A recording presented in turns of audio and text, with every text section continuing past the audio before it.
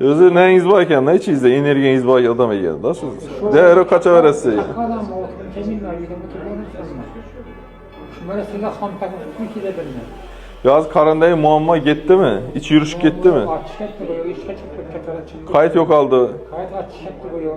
Avukat tertip durup mu? Hatalarım yedim yarım vakit eder. Ha, bu oldu onda.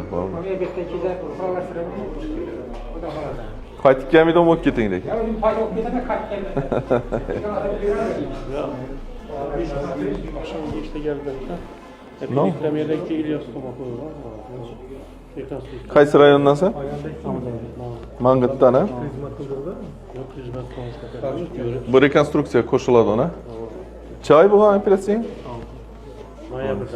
Arıkladın mı? Bu ilyastoma.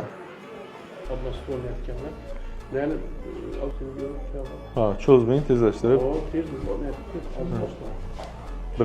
Birinci yine hemen derseniz tayar bulup açın.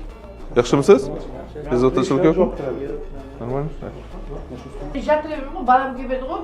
Ha, öyle git bak. Evet. Kuyunun kasına balam. Nasıl normal mi? Ha? Kemçilikli yok mu? Yaxşı bolup kapsan ku? He Xudoya şükür. Kemeyip tüken sarıla. Sen kemayapti shu Kıcı- ko'chasini aylanib. Ahırda ketadi o. Kıcışmalak yemeydi mi? Yo'q, qisma yo'q. Yok mu? İşkiye normal çıkıp dursa уже. Ama sara. Ne? Gepata protektor bu.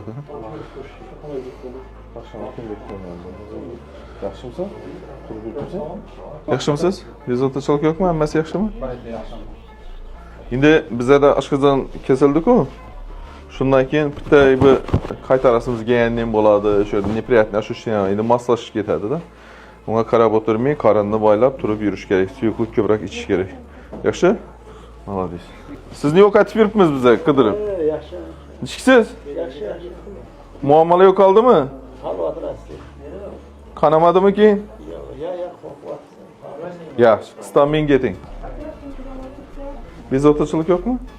Hammasi yaxshimi? Yaxshi, ochilishib keting.